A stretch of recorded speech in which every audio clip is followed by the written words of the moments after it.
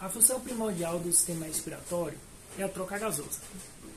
A troca gasosa, ela ocorre por difusão. A difusão, ela vem do latim, né? Diffundare, com 2 F, e significa espalhar-se. Então, uma substância, ela se difunde, então ela se espalha. Um exemplo assim prático que a gente pode dar é quando nós abrimos um frasco de perfume, né? Ocorre por difusão, né?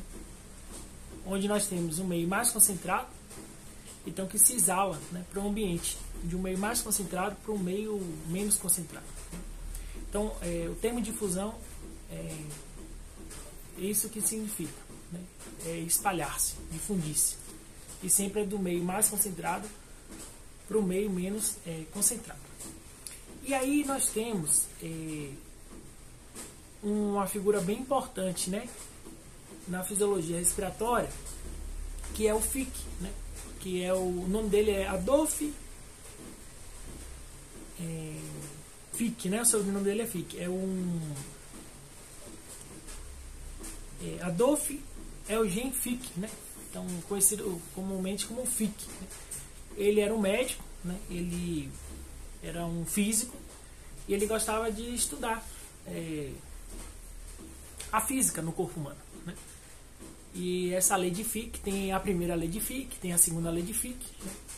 E a primeira lei de Fick, né, que é que nós estudamos, que nós vimos lá no livro, né, da fisioterapia respiratória, a primeira lei de Fick é isso, né? É uma substância que vai sair de um meio mais concentrado para um meio menos concentrado.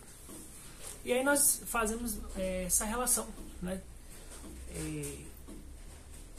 Como é que ocorre essa troca gasosa? Ocorre por difusão simples.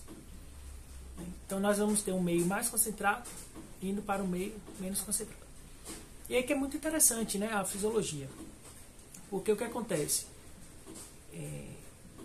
A gente sabe que no ar ambiente, né, a concentração maior é de oxigênio, né, e de gás carbônico ela é menor. E isso está, ao contrário, acontecendo lá nos nossos capilares venosos, né? No capilar lá venoso, nós temos alta concentração de CO2, né, e uma baixa concentração de oxigênio. Então, se no meio externo aqui nós temos mais oxigênio, então ele vai, porque o que acontece? A gente inala, né? Por quê? Como é que a gente inala? Através da nossa bomba muscular, né? Então, nós temos a bomba muscular, o diafragma, né? E essa bomba muscular, ela faz o quê? Negativa as pressões, e aí o ar, como ele é mais positivo no meio externo, tornando-se mais negativo no meio interno, então o ar tende a entrar, né? Ele entra, né? Por diferença de pressão, então vai ter um fluxo de ar, né, do meio externo para o meio interno, né? E aí vai passar lá, né? Então o sistema respiratório ele é bem complexo, né? Ele é interessante porque nós temos, né, 2 a 3 compartimentos, né? Então nós temos as fossas nasais, né? Temos a boca, então por onde o ar entra, né? E aí ele se transforma em um único compartimento, né, que é a traqueia. E a traqueia, por sua vez, se divide, né? Então é bem interessante. Então esse ar então sai ele vai passar do meio externo aqui e vai entrar. E aí nós vamos ver que gradativamente, quando ele chegar lá embaixo, né, onde vai ocorrer a troca gasosa, que é no alvéolo, nós vamos ter porque a troca ela acontece entre o quê? Entre o alvéolo, né, e entre o capilar, né? Então aí nós vamos ter a troca. Então aqui nós vamos ter mais ou menos uma pressão de oxigênio de 100 miligramas, 100 milímetros de mercúrio, né? E no alvéolo. E aqui no capilar venoso, né, a gente vai ter o quê? 40. Né? Então nós temos uma diferença de 60. Né? 100 e 40. Então a diferença é de 60. Então se aqui é 100 e aqui é 40, a difusão acontece do quê? Do meio mais concentrado para o menos. Então vai sair do alvéolo e vai para o capilar. Né? E então o oxigênio ele vai fazer o quê? Ele vai ir para o capilar. Né? Então o oxigênio vai para lá. Já em compensação, o gás carbônico vai fazer o inverso, né? Porque a gente tem aqui 45 e aqui a gente tem 40 no alvéolo. Então o que vai acontecer? Esse CO2, gás carbônico, vai lá para o alvéolo. Né? Então nós temos aqui o epitélio alveolar, nós temos o espaço intersticial e nós temos o capilar. Então o CO2 vai atravessar e aí vai ser exalado. E o oxigênio vai ser inalado.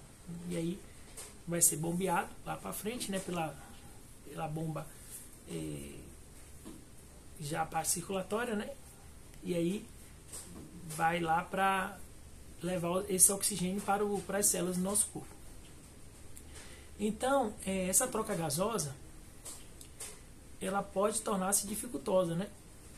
Ou seja, o que é que pode acontecer para que tenha a dificuldade dessa difusão, né? De acontecer essa passagem do oxigênio para do alvéolo para o capilar?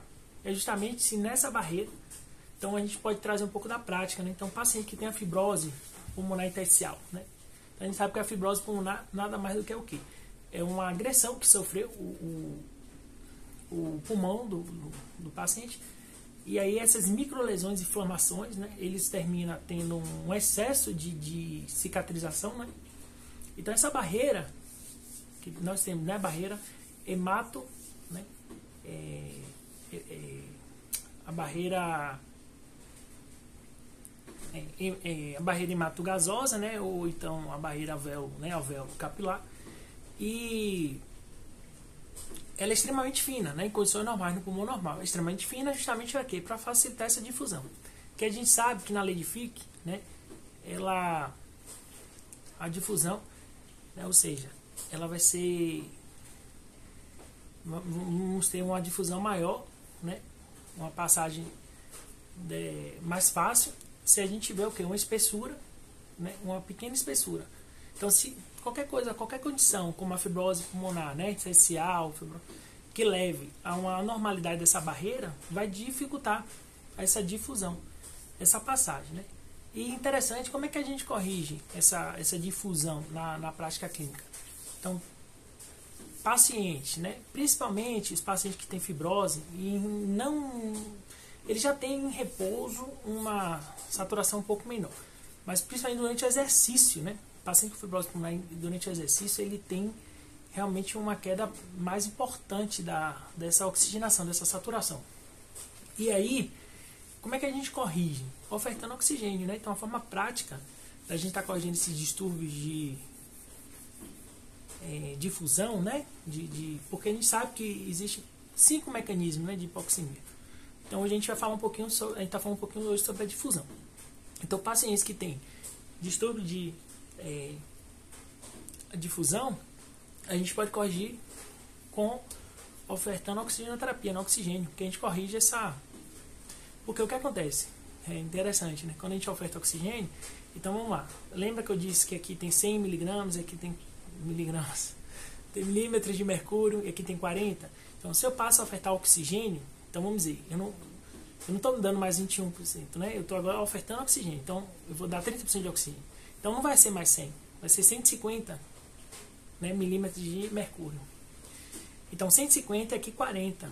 Então o que vai acontecer? Como eu estou dando aqui 150, lembra que a gente falou da concentração, o gradiente de pressão, que é outra característica, né? Que a gente falou da espessura e o gradiente de pressão. Então quanto maior esse gradiente de pressão, mais fácil passa o gás, né? Então a difusão é mais facilitada, né?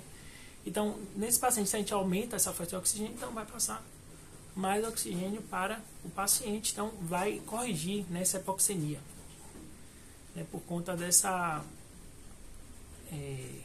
fibrose. né? Então, durante o exercício, por isso que a gente usa oxigênio, né, nesses pacientes para facilitar, porque você aumenta a concentração de oxigênio, então você corrige isso. Uma coisa bem interessante que a gente pode também falar aqui é que a questão do CO2, né, e da questão do oxigênio. Vamos falar aqui sobre um paciente aqui que tem um edema agudo de pulmão.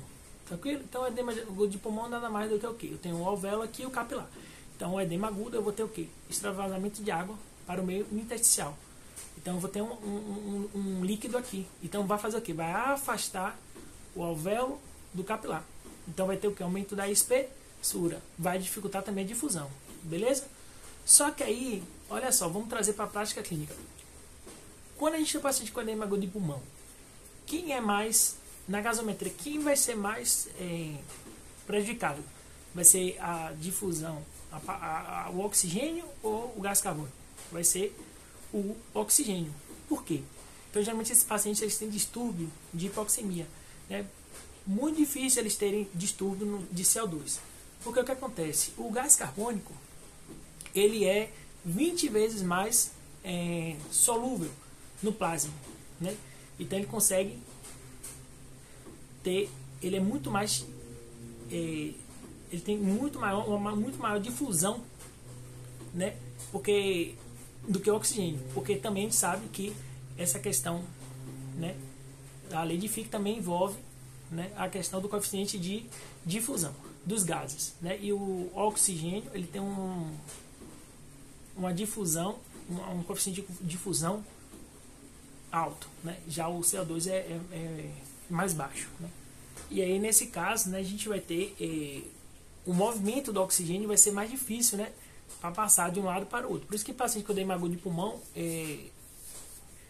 eles têm muito hipoxemia, né? E é muito mais difícil ter um distúrbio em gás carbônico CO2, né? Pessoal, eu acho que era isso que eu queria conversar um pouquinho hoje sobre trocas gasosas. Eu vou aproveitar aqui, vou dar uma olhadinha aqui só para ver se tem mais alguma coisa que eu queria passar para a gente, para conversar aqui. É um bate-papo mesmo, tá? Que a gente está fazendo. Então é isso. Dando aqui só que eu dou uma conferida aqui, porque muita informação, vamos lá.